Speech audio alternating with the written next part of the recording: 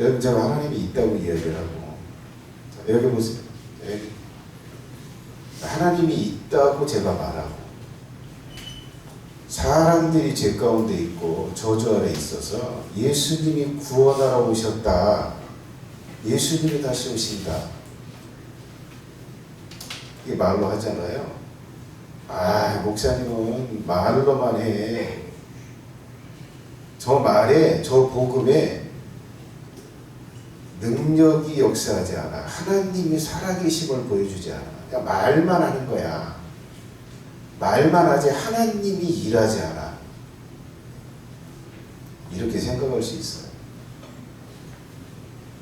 여러분, 제가 전하는 이 예수님, 하나님의 말씀과 함께 하나님이 우리 교회 가운데 기적을 베풀고 계세요. 일하고 계세요.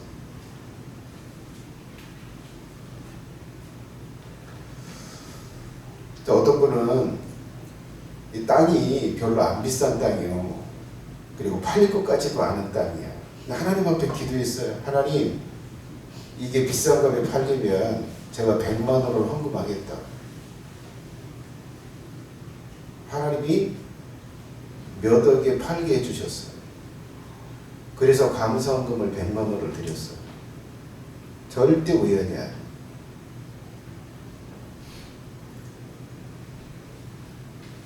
제가 지난주에도 얘기했지만 지원자매가 심정지가 없고 그냥 죽은 거예요. 10%밖에 심장이 뛰지 않은 게 그게 하루 이상 갔다 그냥 죽은 거예요. 살아났다? 그냥 그렇게 누가 누군지 모르고 눈만 멀뚱멀뚱 뜨면서 평생을 살아야 될 상태인 거예요. 하나님이 살려서 지금 여기 앉아보세요. 하나님 살아계세요. 오늘 네 분이 나와서 간증을 할 거예요. 설교 오늘 안 할 거고. 한번 들어보세요. 저들의 삶 가운데 정말 하나님이 역사하시는지. 어떤 사람은 그래요. 뭐 이렇게 일이 터지는지. 어디 부딪히고 사고 나고 아프고 병들고 불안해서 잠이 안 오고 그냥 죽고만 싶고 이거 문제 해결하면 또 다른 문제가 터지고 어떤 사람은 하나님의 도우심으로 기적 같은 도움을 살고 있어요. 삶이 행복해. 뭐가 다를까? 딱 하나. 하나님을 구하느냐 구하지 않느냐. 예수님을 구하느냐 구하지 않느냐. 여기에 모든 게 결정납니다. 자, 간증 들어보도록 하겠습니다.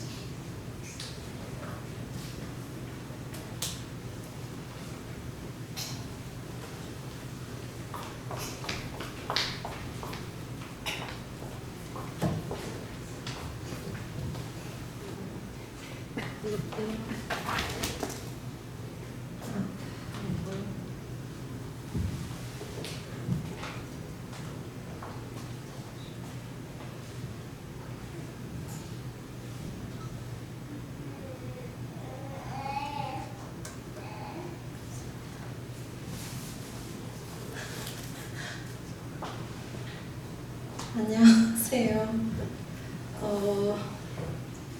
제가 수요일에 한 번 했어서 이미 너무 많은 분들이 제 얘기를 다 들으셨던 분들이 많아서 다소 민망하게 시작을 제가 끊게 되기는 했는데 그래도 잘 들어주시면 감사하겠습니다.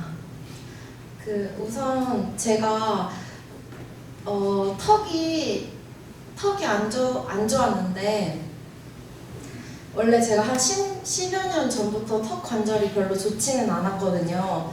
근데 어느 날 4월 초쯤에 어느 날 갑자기 아침에 턱이 딱 빠졌는데 그 느낌이 평상시에 안 좋았던 관절이랑 좀 다르게 빠졌다는 느낌을 제가 받았어요. 그래서 이제 그날로 바로 병원을 가게 됐는데 그래도 이제 턱 빠진 거에 대해서 업그레이드로 설명을 가지고 왔는데 잠시 보여드리겠습니다.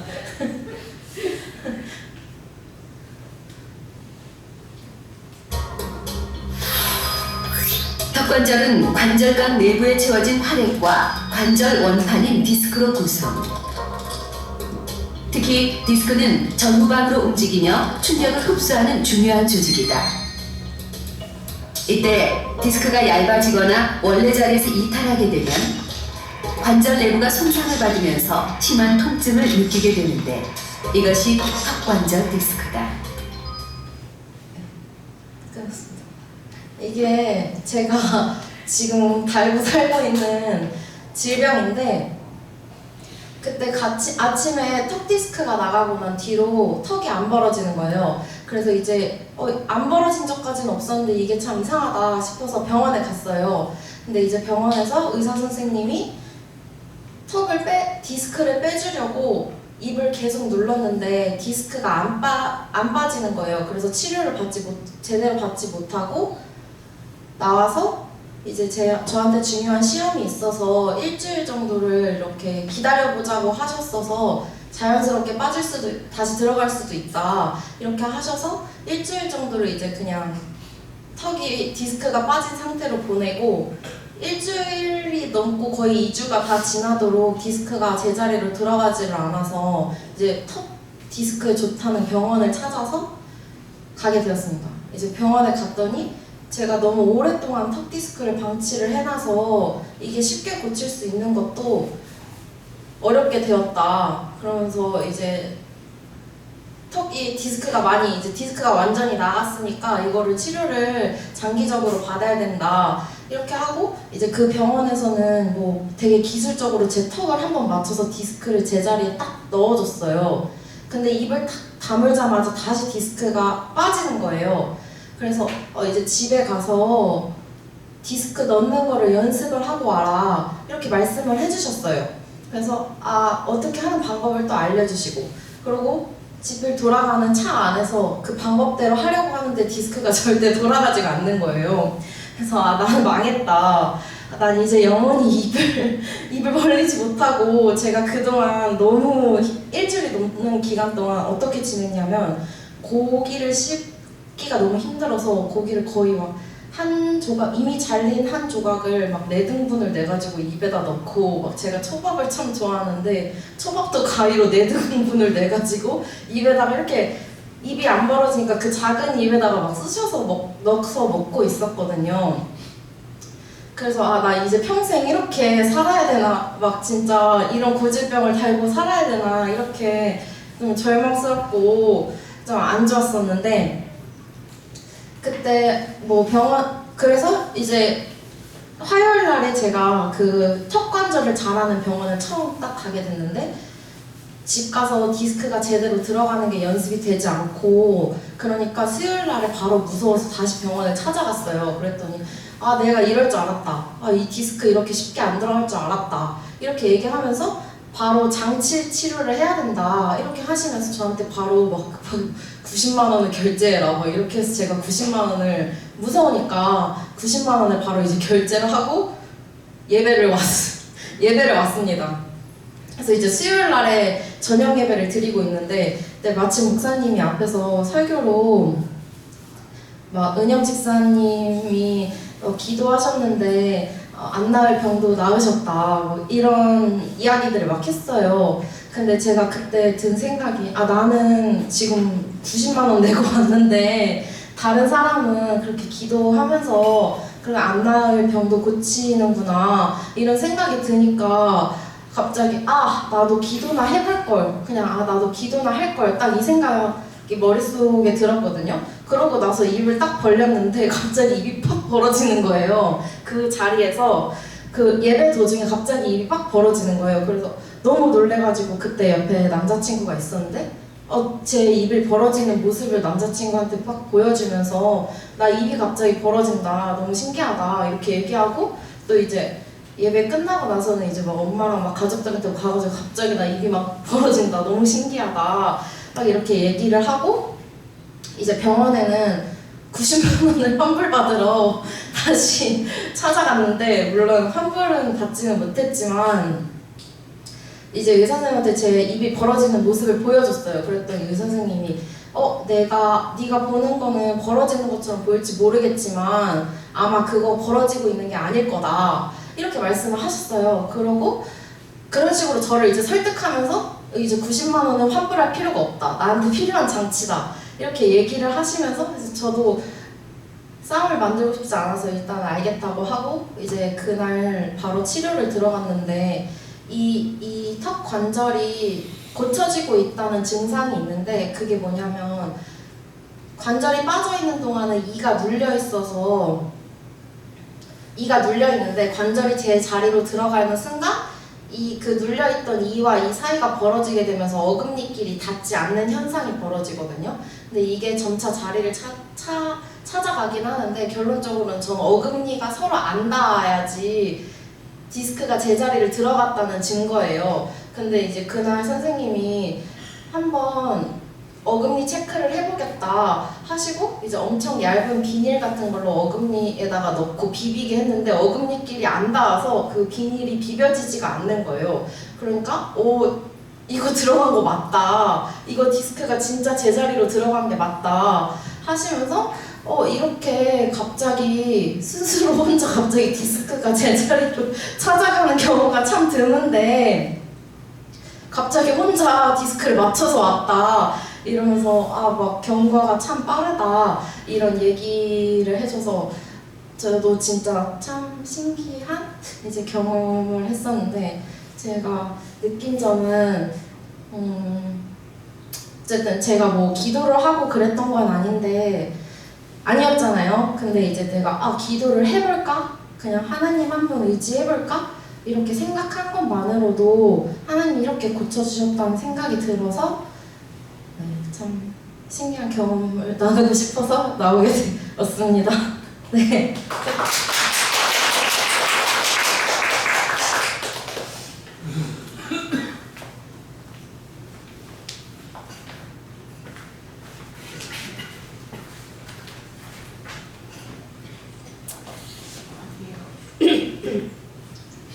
소윤이는 확실히 교사라서 원고 없이 얘기를 잘하는데 저는 원고 있게 좀 자연스럽지 못하더라도 와주세요. 안녕하세요. 저 큰사랑교회 최정희 집사입니다. 사실 저한테 간증은 되게 어렵습니다. 왜냐하면 제 신앙의 속살을 다 아시는 어머님도 앉아 계시고 자식들이 이렇게 눈을 반짝반짝거리면서 저를 쳐다보고 있어서 또 제가 30년 신앙생활을 보여줘도 아직 교회로 인도하지 못한 남편이 있기 때문에 저는 그런 어려운 일을 해내고 있는 중이라서 간증해도 되나? 이런 생각이 들었습니다. 저의 간증에 대해서 한번 생각해 봤습니다. 저는 제가 간증을 어떻게 하지? 하다 생각할 때 제가 뭘 해서 주님이 저한테 주셨다기보다는 주님이 늘 해주시고 있었는데 참 무지한 제가 그 주님의 은혜를 발견하는 경우인 것 같습니다. 그래서 그런 부끄러운 신앙을 가졌음에도 제가 하나님의 큰 은혜에 의지해서 말씀드려 보겠습니다. 우리 조문이 얼굴도 못 들고 있는. 저는 이제 코피 또 계속 매일 하고 맨날 피곤하고 간단한 대화만 해도 숨이 차서 친구들이 너 왜 이렇게 숨차해? 달려왔어? 이런 소리를 들을 정도로 증상이 심했는데도 그 진통제 늘려가면 늘려가지 병원을 안 갔어요. 코로나 초기라서 그때는 병원에 공포가 되게 심했어요. 병원 격리도 되게 심했고. 근데 진짜 너무 안 되겠는 거예요. 계단을 올라가기도 힘들고 발을 들어서 계단을 올라가는 일이 너무 힘들어서 그때 이제 건강검진을 가게 됐어요. 그래서 건강검진을 통해서 병을 알게 됐는데 그것조차도 남편이 제가 멘탈이 유리 멘탈이라서 가족들한테 입단속을 시켰는데 내 병인데도 불구하고 제가 제일 늦게 알았어요. 제 병이 뭔지. 그래서 그거 안 당일날 너무 충격을 받았고 또 너무 가족들한테 미안한 생각이 들고 그다음 되게 창피해서 낮에는 진단을 받은 낮에는 눈물을 참을만 했어요. 그리고 이제 가족들 다 가고 혼자 병실 6인 병실에 있는데 새벽 2시부터 이제 감정이 몰아쳐 오는 거예요. 입을 틀어 막아도 그 흐느끼는 소리를 막을 수가 없었어요. 그래서 거의 2시간 동안 울었던 것 같아요. 근데 이제 거기가 암경동이라서 사람들이 좀 참아준 것 같았어요. 근데 이제 2시간 동안 울면서 한 그런 생각이 들었어요. 여러 가지 생각이 들었어요. 왜 나는 앞만 보고 열심히 살았는데 대학도 직장 다니면서 마치고 열심히 살았는데 나한테 왜 이런 일이 생기지? 그리고 의문이 들었어요. 그 다음에 나 그럼 말기면 나 죽는 건가? 이런 생각도 들고. 근데 이제 한참 울다 보니까 그래도 다행이다. 식구들 중에 내가 걸려서 다행이다. 그 침대에 무릎 꿇고 기도를 했어요. 감사하다고.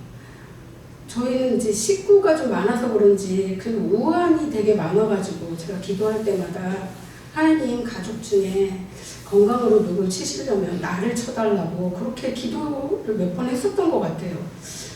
근데 신실하신 하나님께서 그것조차도 들어주시더라고요.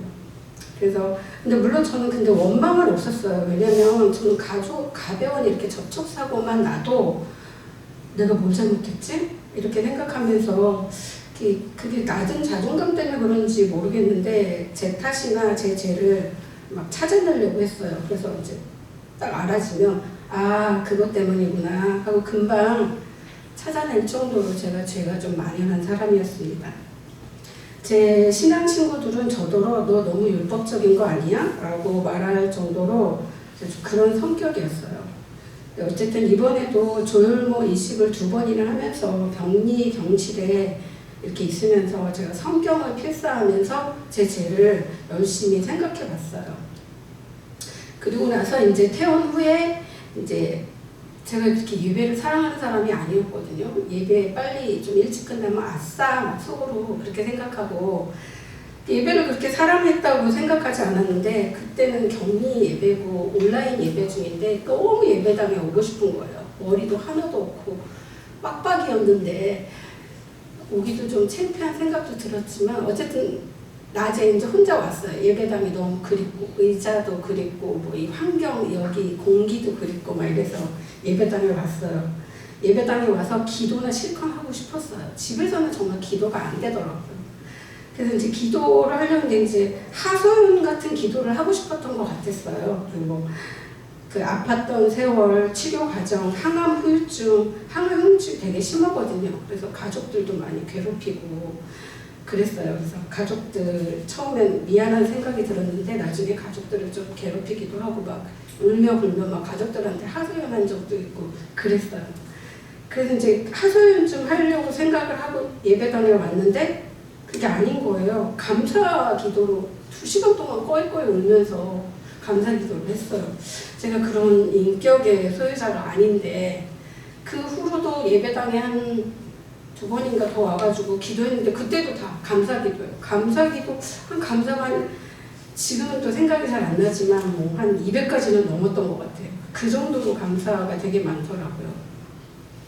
그래서 처음에 제가 감사했던 부분은 뭐였냐면 굉장히 아프고 힘들고 괴로웠던 삶 속에서 저를 이렇게 끄집어내가지고 무균실 병실에다 저렇게 갖다 놓은 느낌이었어요. 그래서 너무 감사하다. 나를 구해주신 느낌? 그런 거였어요. 그리고 한 2년 정도 투병 생활 중에 저의 감사는 목사님의 권면에 불순종한 저를 이 정도의 회초리, 회개를 할 수 있는 암에 걸린 정도의 병으로 나를 회초리로 때려주셨구나. 회개할 기회를 주셔서 너무 감사하다. 또 그런 감사가 기도가 됐어요. 근데 이제 얼마 전부터 또 저한테 같은 일에 대해서 또 감사의 조건이 뭐냐면 저의 기도에 대해서 하나님이 응답해 주신 것으로 또 해석이 되더라고요. 그걸로, 그러니까 첫 번째는, 그러니까 첫 번째 기도 응답의 해석은 뭐냐면, 목사님이 말씀이 이러이러하신데, 목사님 말씀이 맞냐? 라고 제가 물으면서 기도했는 거에 대한 응답이었고요. 2번째 응답은, 교회가 하나가 돼서 중보기도 했을 때, 또 주님께서 응답해 주신다는 사실을 알게 됐어요. 저는 사실 제 죄로는 저의 기준으로는 죽었어야 할 정도로 어마어마한 죄인 것 같은데 뭐 어머님을 포함해서 가족들이나 목사님이나 그 사람교회 교인들이 진짜 하나가 돼서 전심으로 해주셨던 중보기도로 제가 살아났다고 생각하거든요. 그리고 또 그거를 또 다시 한번 깨닫게 되는 계기가 지혜가 얼마 전에 저한테 챗GPT를 깔아주면서 여기다 물어보고 싶은 거 물어보라고 해서 제가 제일 처음 물어봤던 게 야, 너 의학 논문 다 파악하니? 너 2년 전에는 내 병의 재발률이 80%라고 하던데 2년 이내의 재발률이 최신 논문까지 다 파악해서 그걸 다 물어봤어요. 말기 혈액암 환자가 전이가 되었을 때 50대 여자가 빨리 전이 되었을 때 살았을 경우 2년 이내에 그 생존율 같은 걸 되게 여러 가지 각도로 물어봤어요. 근데 결론은 챗GPT가 제가 상위 10% 안에 드는 매우 드문 경우라고 걔가 얘기를 하더라고요. 그래서 더 다시 한번 상기하면서 되게 교회의 중보기도가 얼마나 귀한지 알게 됐어요. 제가 이 경우에는 중보기도를 받은 경우잖아요. 그런데 제가 이제 최근에 지원이 때문에 중보기도를 한 입장에서 보게 됐어요. 교인들이 전심으로 철야를 하면서 기도하고 릴레이식으로 막 기도하는 모습을 보면서 아, 나도 누워 있었을 때 우리 교인들이 저렇게까지 해주셨었구나 하면서 또 너무 감사하고 또 중보기도를 한 입장에서 또 제가 최근에 발견한 간증거리가 된 거예요. 제가 이제 시간을 재봤더니 집에서 그 연습을 해서 시간을 재봤더니 한 11분 정도 걸리더라고요. 지금 11분이 안 돼가지고 제가 다시 느낀 거 한 개만 더 첨가할게요. 제가 최근에 몸이 아파서 병원에 갔더니 저의 뼈에 난 구멍 때문에 무리를 하면 아프다고 하더라고요. 그래서 저는 이제 뼈에 난 구멍이 점점 나아지면서 메꿔질 줄 알았는데 저 일생의 평생의 그 구멍은 메꿔지지 않는데요. 처음에 실망도 되고 되게 다시 한번 충격받고 슬프기도 했는데 성경의 바울이 육체안을 가시로 여기며 하나님의 은혜를 잊어먹지 않는 이유로 삼겠다고 결단한 내용이 있었어요. 저한테는 또 그것도 감사거리더라고요. 아, 나한테 이런 상흔을 남겨주신 것이 너 그때 했던 그 회개, 너 그때 했던 그 것들을 잊지 말고 계속 가져가라고 이런 것까지 남겨주시는구나. 그렇다고 제가 뭐 죽은 것도 아니고 아파준 것도 아닌데 그것조차도 감사로 다가오더라고요. 제가 말씀드리고 싶은 거는 여기 계신 분들 각자가 발견하지 못한 간증거리가 분명히 있다는 거예요. 한번 찾아들 보시면 좋겠다는 생각이 들고요. 그거는 소그룹을 통해서 경험하시면 더 빨리 찾을 수 있다는 걸 안내해드리고 싶습니다.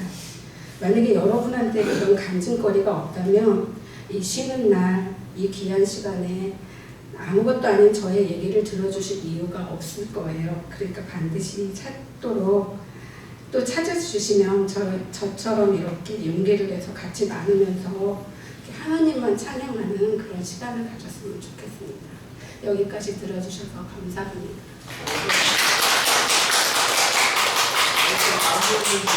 그걸 정확하게 이야기. 예. 저 이제 혈액암인데 다른 암들은 4기까지 있어요. 근데 혈액암은 3기까지 있는데 3기가 말기예요. 그래서 저 병원에 갔더니 저는 그냥 의사 선생님이 말기인데요? 이러는 거예요. 저희 신랑한테요. 그래서 제가 나 암이야? 막 이랬어요. 그랬더니 의사 선생님이 뭐 이렇게 멍청한 여자가 다 있나 이런 식으로 저를 쳐다보는 거예요. 암인지도 모르고 혈액종양 내과에 와가지고 어마어마한 암이에요. 이게 2년 이내 재발률이 80%고 그 다음에 그 챗GPT한테 더 자세히 물으니까 5년 이상 생존율이 50%가 안 되더라고요. 그리고 5년 그 다음에 재발 그리고 제가 지금 계속 병원에 저는 5년이 지나도 평생 3개월에 한 번씩 병원을 가야 되는 굉장히 상위 레벨의 암이거든요. 근데 제가 이제 병원에 갔을 때도 4년 만에 왔다, 9년 만에 왔다, 뭐 10년 만에 왔다, 막 이렇게 어쨌든 2년 이내 재발률이 높은 거지 재발률은 굉장히 높은 병이더라고요. 그럼에도 불구하고 제가 원망 같은 건 들지 않아요. 하나님한테 너무 감사하고 상흔을 주신 것도 감사하고 그런 이거는 그러니까 제가 어떤 인격이 높아서가 아니라 그 어떤 성령님이 주신 은혜에 의해서 감사해요. 그렇다고 해서 제가 평상시에 삶도 그렇게 뭐 온전하고 그러진 않아도 어쨌든 기본 중심, 마음의 중심에는 그런 것들이 있습니다. 감사합니다.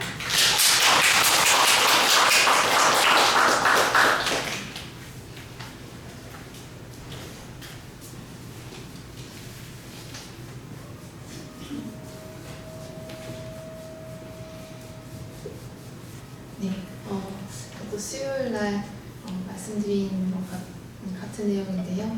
저는 저희 아들 결이에게 주신 은혜에 대해서 말씀 나누고자 합니다. 저도 잘한 거나 잘 심어서 이렇게 하나님께서 결과를 주셨다고 이렇게 간증을 하면 좋겠지만 저는 잘한 거는 아니고 저의 부족한 부분, 또 실수, 또 범죄함으로 인해서 경험들, 그리고 거기서 얻은 교훈들을 함께 나누려고 합니다. 작년 12월에 아들 결이가 태어나서 지금 200일 조금 안 된 나이인데요. 결이가 태어나고 저랑 남편 박용훈 집사님의 이제 온 정신을 이제 이 아기 돌보기에 초점을 맞추고 아이가 어떻게 하면 편안하게, 심신이 편안하게 지낼 수 있을지에 그것을 위해서 저희 삶과 사역들을 이제 모두 조정을 했었습니다. 하고 있는 사역들에서도 빠지게 되고 만약에 할 수 있다면 교대로 하게 되거나 소그룹도 교대로 참여하거나 아니면 많이 쉬고 이렇게 이제 했었었는데요. 이제 50일 정도 지났을 때쯤에 이제 교회에 결의를 데리고 예배에 나오긴 했지만 예배당에서 드리지 않고 그 유아실에 애를 눕혀놓고 아이의 심신 안정을 위해서 이렇게 있고, 그러니까 제대로 예배를 드리지 못하고 당연히 사역도 못하고 그렇게 좀 부족하게 흥미 있게 이렇게 예배를 드렸었는데요. 그리고 어느 날은 이제 그 결의가 나왔는데 너무 달래지지 않고 너무 심하게 울어가지고 거기에 제가 거의 멘탈이 나가버려서 제 마음에 그런 생각이 드는 거예요. 굳이 교회에 나가서 예배 드려야 되나? 그런 생각이 들면서 집에서 방송으로 예배 드리고 아이를 편안하게 해놓고 나는 방송으로 예배 드려야지 이렇게 생각을 하고 그렇게 저 혼자 실천을 했습니다. 그렇게 주님과 관계된 일들을 제 상황에 맞게 제가 이제 막 고안을 해가지고 막 스케줄을 막 짜가지고 제 마음속에 가장 이상적인 방법이라고 생각하는 것들을 택해서 이렇게 행하고 있었는데요. 그렇게 한 것이 이제 하나님 보시기에 악한 것이었습니다. 그 이후에 이제 50일이 지나고 나서 50일을 경과한 그 시점부터 이제 결이한테 이런저런 건강상의 문제들이 생겨나기 시작하면서 이제 재활의학과, 정형외과, 피부과 이렇게 세 군데를 다니게 됐는데요. 우선 그 고개가 이제 가누는 그 시점이 되면 아이가 이제 좌우를 균형 있게 이렇게 가눌 수가 있어야 되는데 가누는 시점이 딱 됐을 때 계속 오른쪽만 보고 왼쪽으로는 보지 않는 거예요. 그래서 제가 그게 이상하고 그게 질병이라는 것을 제가 알고 있어서 이제 억지로 손을 밀어가지고 왼쪽으로 이렇게 틀면은 다시 반대 힘을 써가지고 오른쪽으로 돌리는 거예요. 그래서 계속 삐딱하게 이렇게 오른쪽으로 기울어져 있는 그런 사경 증상이 이제 나타났는데 제가 친구 아들이 그 질환을 갖고 있어서 그러면 어떻게 해야 되냐 했더니 재활의학과 소아재활을 한 7, 8개월 정도 동안 주 2회를 주 2, 3회 정도는 다녀야 된다는 거예요. 그리고 그걸로는 치료가 부족하니까 사설 병원을 하나 더 뚫어가지고 한 번씩 더 추가해서 다녀야 빨리 낫는다고 이제 그랬습니다. 그래서 이제 제 마음이 답답해지기 시작하는 거예요. 이제 저희 집에서 보라매병 소아재활 하는 데는 근처에 많이 없으니까 보라매 정도까지 가야 되는데 차로 한 25분, 30분 애 데리고 내려가서 카시트 태우고 또 유모차에 또 태우고 병원에 주차하고 이렇게 가는 데만 거의 1시간 정도 걸리고 거기서 치료받고 돈은 또 돈대로 내고 또 오고 이거를 주 2, 3회씩 할 생각하니까 저의 개인적인 시간도 허비할 뿐만 아니라 돈과 저의 체력까지 이제 심각하게 이제 많이 할애를 해야 되는 그런 상황이었습니다. 그게 이제 첫 번째 문제였고, 두 번째 문제는 이제 고관절 문제였는데 영유아 검사를 4개월 때 딱 받았는데 이 애 다리에 주름이 비대칭이니까 고관절에 문제가 있을 수 있으니 큰 병원에 가서 검사를 받아봐야 된다, 초음파를 해야 된다.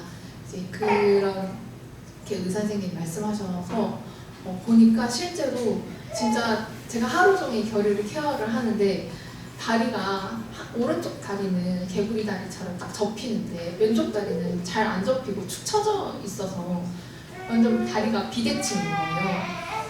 근데 이거를 제가 이게 고관절 탈구 때문에 이제 그런 것일 수 있어서 막 찾아봤더니 이게 6개월 전에 이걸 발견을 하면은 보조기를 차면은 한동안 오랫동안 차면 그게 교정이 될 수도 있는데 6개월 지나면은 이걸 수술을 해도 그 교정이 잘 안 돼서 결국은 다리를 절게 될 수도 있다고. 그러니까 빨리 뭐 치료를 해야 되는 그런 상황이었습니다.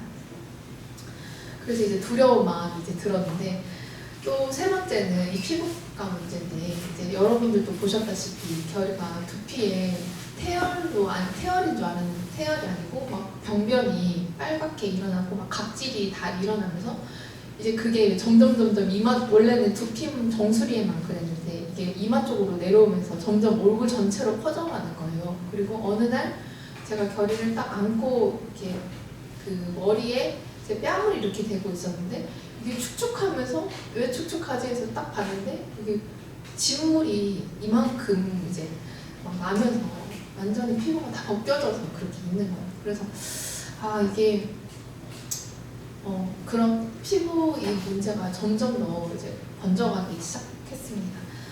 그래서 이제 그렇게 50일에서 100일 사이를 이제 보내고 100일이 좀 지났을 무렵에 이제 목사님과 소그룹을 다시 시작하고 이 문제에 대해서 말씀을 드렸을 때 이제 원인이 하나님을 우선으로 하는 삶을 살지 않고 결의를 중심으로 하는 삶을 살았던 것이 이 모든 문제의 원인이라고 하셨습니다.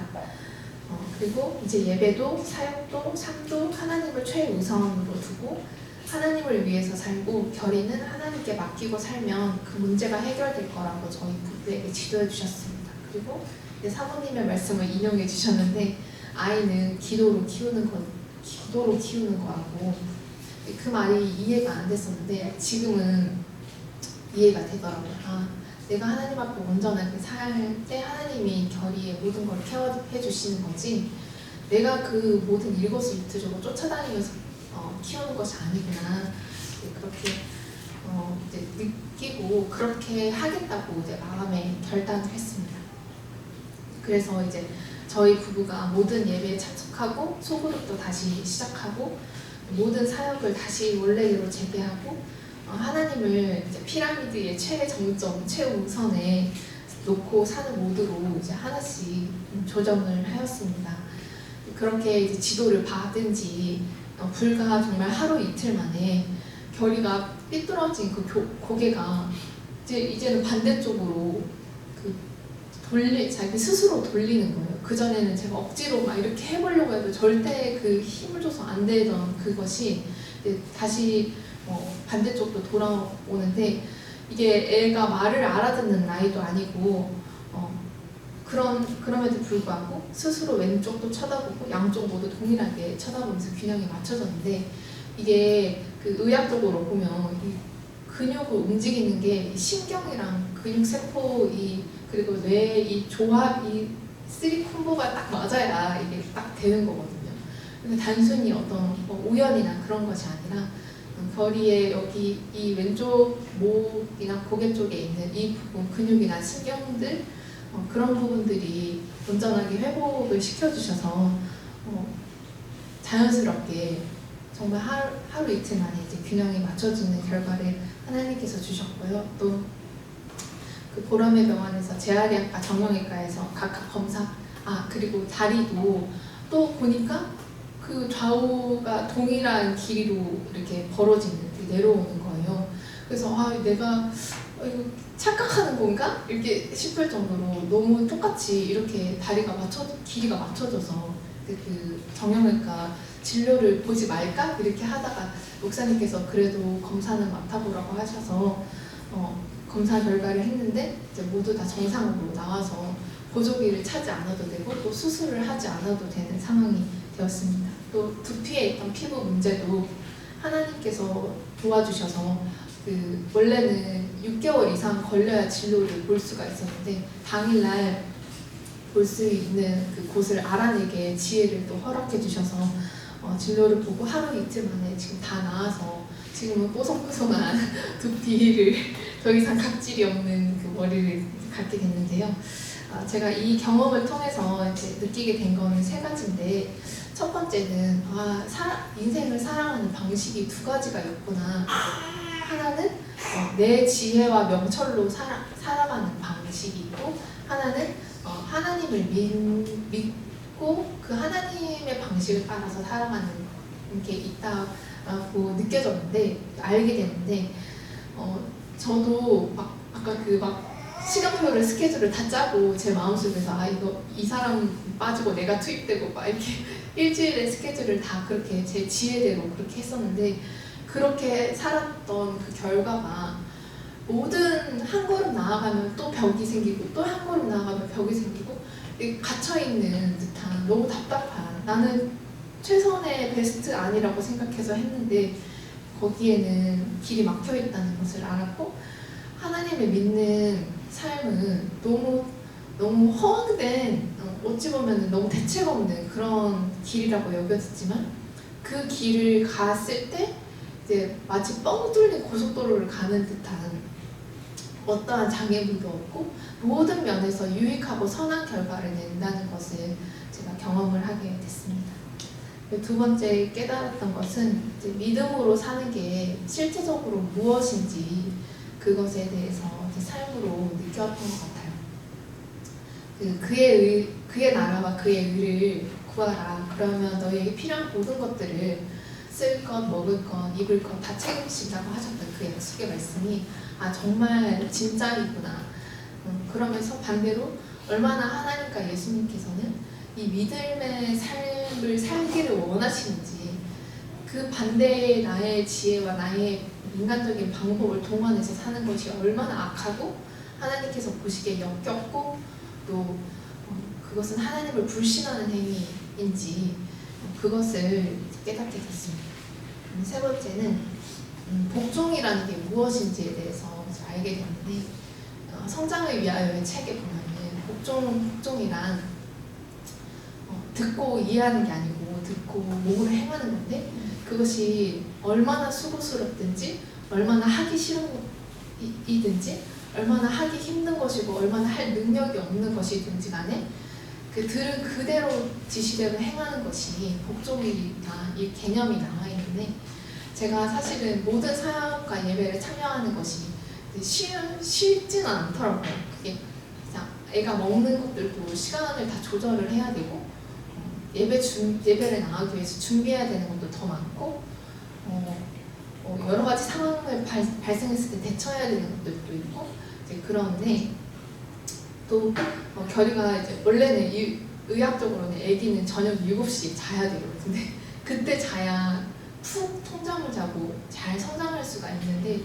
예배에 나오다 보니까 얘가 이제 수면 스케줄이 이제 막 꼬여가지고 밤에 막 소리 지르면서 일어나고 막 좀 별로예요. 그럼 저희의 수면 질도 엄청 추락하고 그랬는데, 근데 이게 이제 복종을 하는데 어려움인데, 이것을 들여서라도 하는 것이 복종이구나. 그리고 그렇게 할 때 거기에 들여지는 수고가 하나님께 올라가는 거구나. 아무런 어려움 없이 복종하는 것이 아니라 그런 어려움을 견디고 감내하면서 별것 아니지만 사실 다른 고통에 비해서는 그것이 저희 부부가 하나님께 심는 것이 되고, 또 결의 스스로도 하나님 앞에 심어서 하나님의 복을 받을 수 있는 그런 명분이 된다는 것을 이제 깨달았습니다. 그래서 저희의 경험은 이제 저희 소견에 옳은 길로 가려고 했지만 그 길은 시간도 버리고 돈도 버리고 늘 염려하는 그런 삶의 길이었고, 무엇보다 제가 하나님을 믿는다고 교회에 나오지만 실제로 제 삶은 하나님을 불신하는 그런 삶이었는데요. 하나님을 최우선으로 하고 하나님께 저희의 삶을 맡길 때, 또 저희 가족을 맡길 때 그것이 무모해 보이고 어리석어 보이는 선택처럼 보일지라도 그것이 하나님을 신뢰하는 믿음의 삶이고 참된 지혜로운 삶의 방식임을 이제 느끼게 되었습니다. 이 경험을 통해서 여러분께서 반면교사로 좀 삼아주셔서 또 갑자기 뭐 아부분 뭐 원적으로 가는데 그 부분도 해주세요. 애를 낳을 수 없는 상황인데 다른 분이 할 것 같아서 안 하긴 했는데 제가 이제 결이가 이제 뱃속에 있었을 때 태명을 뭘로 할까 하다가 이제 너무 기적처럼 찾아와가지고 이제 원더라고 했었어요. 원더풀 할 때 원더라고 했었는데, 제가 이제 기적이라고 생각했었던 그 이유가 저는 원래 자연 임신을 할 수 없는 그런 이제 건강상의 상태였었는데 제가 이제 대학교 때 그 전에 이제 그 월경이 있었는데 그게 되게 불규칙이 됐었어요. 막 2달에 한 번 할 때도 있고 1년에 3-4번 할 때도 있고 그랬었거든요. 근데 대학교 2학년이 딱 됐는데 심지어 안 하는 거예요. 아예 안 나오는 거예요. 그래서 이게 이제 처음에는 막 니나노가 너무 좋다. 너무 편하고 좋다. 이거 괜찮네 이렇게 하다가 한 2년쯤 지나니까 이게 슬슬 이제 저도 결혼할 나이도 있고 하니까 이제 걱정이 되기 시작하면서 이제 서울대병원에 갔어요. 서울대병원에서 진단을 받았는데 다낭성 난소 증후군이라고 해서 PCOS라고 하는데, 그게 뭐냐면은 난소의 기능이 제대로 안 되는 거예요. 난소라는 것은 내가 가지고 태어난 그 난자를 성숙시키고 한 달에 한 번씩 내보내는, 좌우 규칙적으로 내보내는 그 일을 이제 해야 되는데, 그게 이제 난자를 성숙시키는 이 단계도 불량인 거예요. 그러니까 성숙시켜야 되는 난자는 성숙시키지 않고 엄한 이렇게 물혹 같은 것만, 그 불교에서 쓰는 염주처럼 그 난소를 둘러싸고 뱅글뱅글 빼곡하게 개구리알처럼 그렇게 물혹이 있는 그런 거였어요. 그리고 이제 배란이 되지 않으니까 원래는 한 달에 한 번 배란이 되고 월경을 이렇게 하면서 자궁 내벽을 이제 교체를 해야 이게 신선한 세포로 그 안이 유지가 되는데, 그게 안 되니까 이제 말하자면 고인물이 되는 거죠. 이제 옛날의 조직이 계속 머물러 있으니까 암의 발생률이 다른 사람들보다 이제 월등히 높아지는 그런 상황이었습니다. 그래서 이제 처방을 받기로 피임약을 계속 먹고, 피임약을 이제 어느 정도 먹고 또 끊고 이렇게 하면서 호르몬의 주기를 강제적으로 이렇게 인위적으로 맞추어서 생리를 하게 하거나, 아니, 나중에 임신할 때가 되면 강제로 배란을 하도록 주사를 맞아서 어떻게 하면은 임신을 할 수 있다. 이제 그렇게 했는데, 그거 자체가 제가 그 질병을 이미 알고 있었어서 너무 충격적이고 자괴감이 드는 거예요. 여러분도 스스로 대입해 보시면 아시겠지만, 내가 남자로 태어났는데 남성 호르몬이 제대로 안 나와서 그 남성으로서 할 수 있는 기능을 하지 못하거나, 내가 여자로 태어났는데 여성 호르몬이 안 나와서 여성으로서 할 수 있는 것들 생애 주기를 따라서 할 수 없다는 것이 그게 참 괴롭고 자괴감이 들었습니다. 그래서 제가 이제 약을 받아왔지만, 그때 제가 기숙사에서 살고 있었는데 토요일 날 오전에 이제 성경을 이렇게 보다가 그 혈루증 여인에 대한 그 본문을 딱 보게 됐어요. 근데 그게 이제 한 줄 빛처럼 내가 이대로 해봐야겠다, 예수님을 좀 의지해봐야겠다, 그렇게 하면서 이제 그 약을 버리고 하나도 먹지 않고 이제 버리고 이제 40일 동안 저녁 금식을 이제 하려고 시작을 했습니다. 그래서 저희 학교가 산등성에 있어가지고 정말 오토바이를 타고 다녀야 되는데 거기를 걸어서 생수 하나 싸들고 이제 돌아다니면서 이제 강의를 듣고 금식을 이제 한지 12일째 딱 되던 때에 그 월경이 시작이 된 거예요. 그리고 이제 규칙적으로 지금까지 이제 하고 있는데요. 네. 그리고 제가 그 작정기도 하기 전에 주님께 서원을 했어요. 주님, 제 이병이 제 인생에 너무 치명적이니까 제가 앞으로 살아가는데 너무 많은 영향을 주니까 이제 사실 뭘 드려도 아깝지 않은 거예요. 그래서 제가 수입에 얼마를 한 몇 퍼센트를 주님께 드리겠습니다. 어떤 수입이든지 제 손에 돈이 들어오면은 그 중에 몇 퍼센트를 주님께 드리겠습니다. 이렇게 호기롭게 그때는 정말 어떤 거래도 아깝지 않을 만큼 그게 간절했어요. 그래서 이제 제가 10일이 지나고 그것을 응답을 해주셨을 때 이제 그 이후로 이제 그 서원했던 것들을 이제 지켰었는데 네, 그렇게 해서 이번에 결혼을 하고 이제 계획해서 결의를 낳는 것에도 이제 순탄하게 하나님께서 도와주셨는데 제가 이 모양으로 하나님께 또 반응하고 해서 안 좋은 또 경험들을 하면서 결혼을 하게 됐습니다.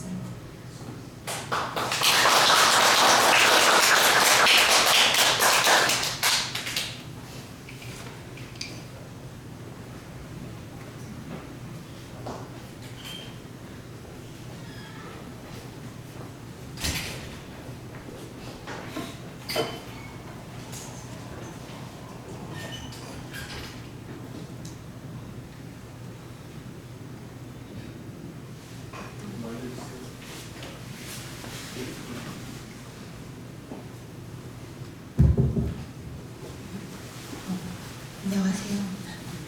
제가 원래 한 사람한테는 말을 되게 잘하는데 여러분 앞에서 말하면 되게 떨려가지고 제가 아침에 나오자마자 예배나 도착해서 기도를 했어요.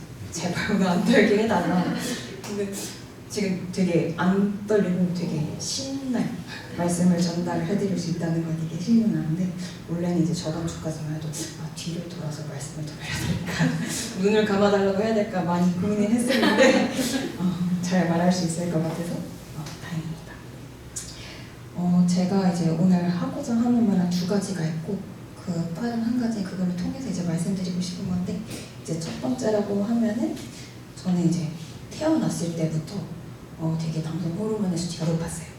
그래서 몸에 털도 많고 지금 눈썹도 되게 진한데 이게 다 남성 호르몬의 영향 때문에 털이 되게 많았는데 어렸을 때부터 이게 되게 놀림거리도 됐었어. 그래서 스트레스를 많이 받았었는데 이게 다 어떻게 되려고 됐던 거냐면은 제가 이제 15살에 이제 해외로 유학을 가게 되었는데 그때 이제 생활 환경도 다 바뀌고 하다 보니까 몸의 변화가 확 왔었어요. 이제 저도 이제 한나 쌤께서 이제 반 이상을 이제 이 질병에 대해서 설명을 해주셔가지고 정말 다행이지만 제가 15살 때부터 저는 그 월경이 진짜 1년에 한두 번 나올 정도로 이 다낭성 난소 증후가 너무 심했었어요. 근데 이제 제가 15살의 나이에 이제 부모님한테 월경을 안 한다 이렇게 말씀드리기가 되게 이제 여자로서 쑥스럽기도 하다 보니까 말씀을 드리지 못해서 이제 방학 때 한국에 나와서 이제 용돈을 모아가지고 병원에 가서 이제 들어보니까 다낭성 난소 증후군이라 좀 심하다라고 말씀을 주셔서 이제 약을 처방받아서 먹어야 되는데 이제 이건 좀 평생 먹어야 된다. 이제 임신을 하고 싶을 때까지 이 약을 먹어야지 월경이 주기적으로 나오고 월경이 매달 잘 나올 것이다. 그리고 이 약을 먹지 않을 경우에는 이제 자궁 내막이 두꺼워져서 나중에 임신을 하기 힘든 상황이 된다 해가지고 제가 어릴 때부터 가정에 대한 꿈이 되게 컸어서 그때부터 너무 불안한 거예요. 그래서 15살의 나이에 그 약이 한 통에 한 달인데 3-4만 원을 해요. 그 당시 너무 비쌌는데도 불구하고 이제 부모님한테 말씀드리기는 조금 부끄럽기도 하고 그렇다 보니까 혼자 이제 용돈을 모아서 그걸 이제 한국에 나오면은 한 최대 받을 수 있는 게 3, 4개월치인데 그거를 받아가지고 이제 가서 매일 먹어야 돼요. 이거는 같은 시간에 28일 동안 먹어야 되고 4일 내로 월경을 시작을 해야 돼요. 그래서 그거를 거의 10년 넘게 저는 약을 받았었어요. 근데 계속 먹으면 먹을수록 불안해가지고 중간중간에 끊어서 호르몬 검사를 했는데도 불구하고 호르몬의 불균형이 너무 심해서 계속 먹어야 된다. 그래서 계속 먹다가 한 번은 이제 좀 20대 초반에 일도 안 하고 하다 보니까 돈이 없잖아요. 그래서 한 번 끊어봤는데 이제 부정출혈을 하는 거예요. 그것도 이제 2-3달 가까이. 네, 여름에 부정출혈을 하면 이제 여성분들 알지만 되게 힘들어요. 그리고 자괴감도 너무 많이 오고 와, 이러다가 제가 결혼은 할 수 있을까? 만약에 결혼을 하더라도 아이를 가질 수 있을까? 이거에 대한 그 걱정이 많았어가지고 계속 다시 먹기 시작했어요. 그리고 이제 최근에 제가 계속 먹던 약보다 더 좋은 약이 나왔다고 해가지고 그걸 다시 받아서 먹게 되었는데 오히려 안 하는 거예요. 하더라도 이게 하루 이렇게 하고 하다 보니까 절대 월경이 아닌 거라고 저는 느끼는 거예요. 근데 이제 제가 결혼 준비를 하다 보니까 이제 아이를 꼭 낳고 싶은데 어떡하지? 너무 싶은 거예요. 그래서 제가 이제 오빠를 떠나서 아침마다 기도를 나눴었었는데 이제 기도 제목으로 제가 하나님의 가정을 만들고 싶다.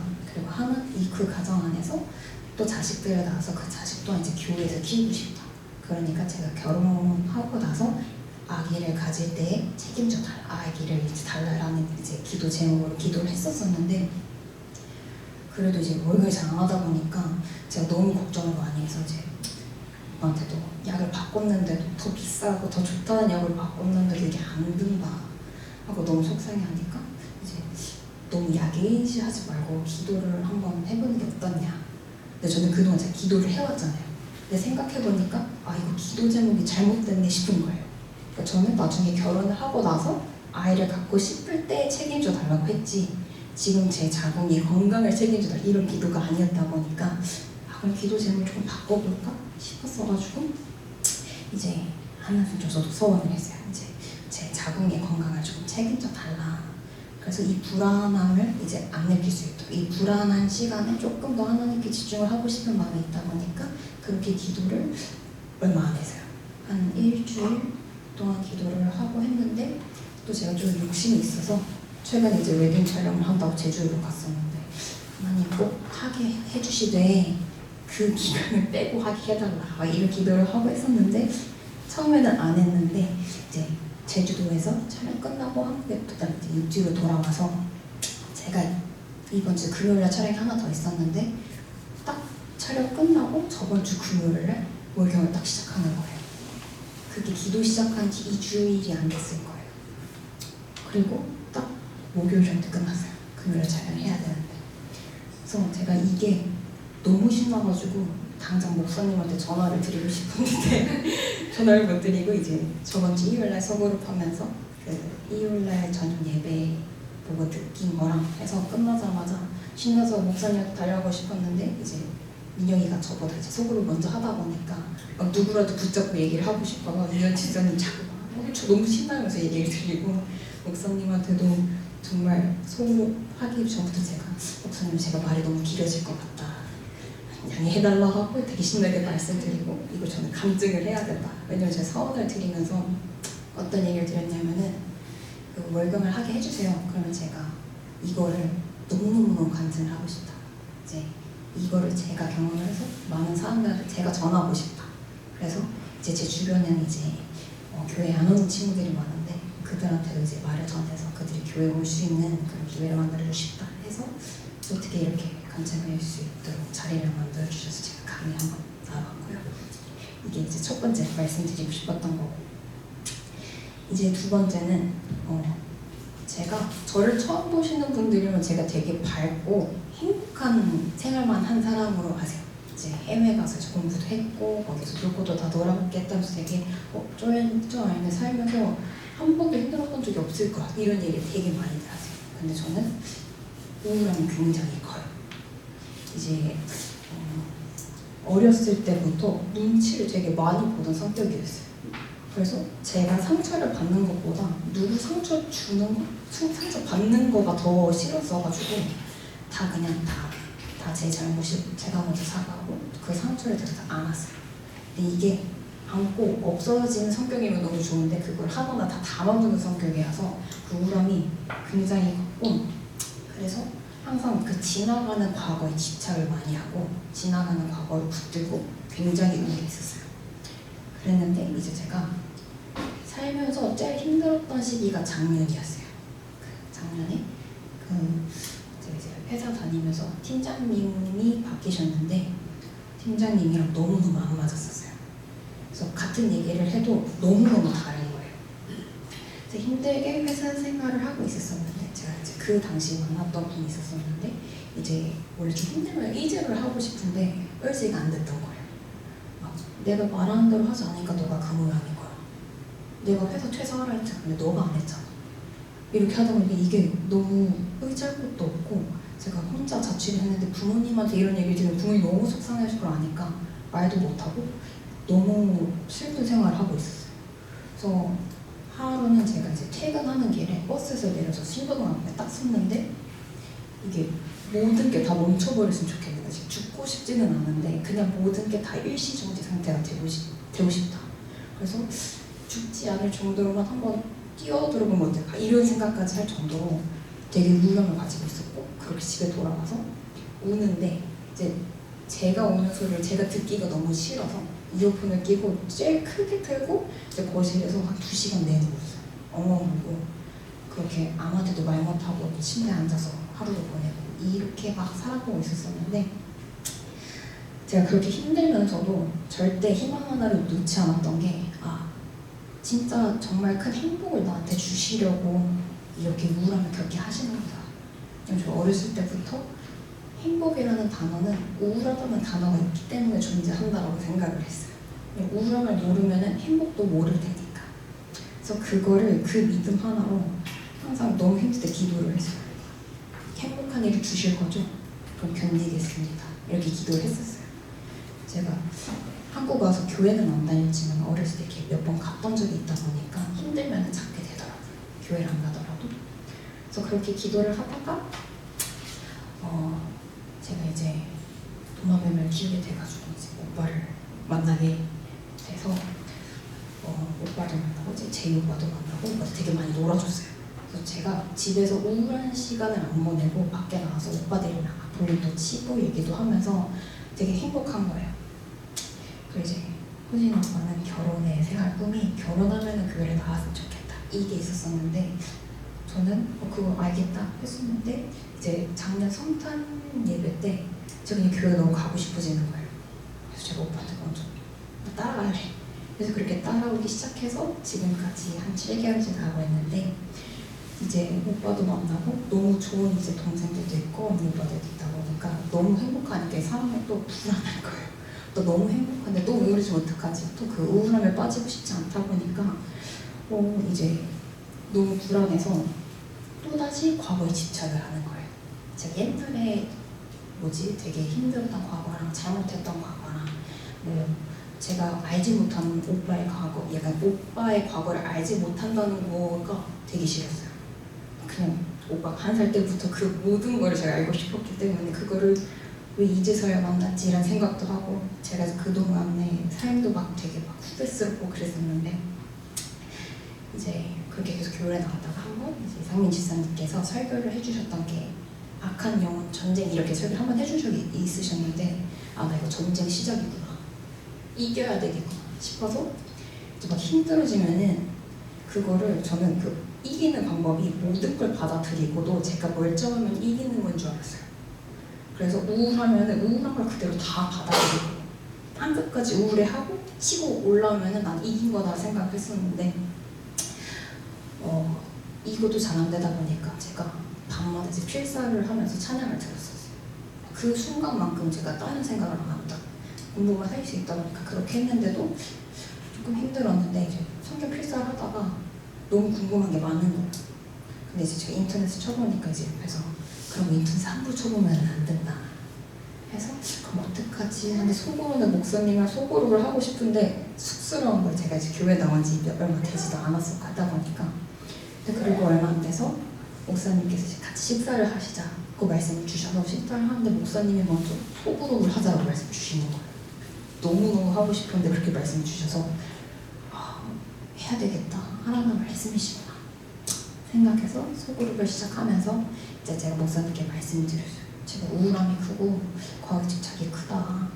그래서 이걸 이겨내보자. 막 찬양을 크게 듣고 필사도 하고 몸을 좀 힘들게 하면서 이겨냈어요. 갑자기 막 걷다거나 아니면은 샵에서 이제 설거지 막 미친 듯이 한다거나 몸을 지치게 하면 생각이 안 드니까 그렇게 했었는데 목사님이 그게 악한 영혼이 원했던 것이다.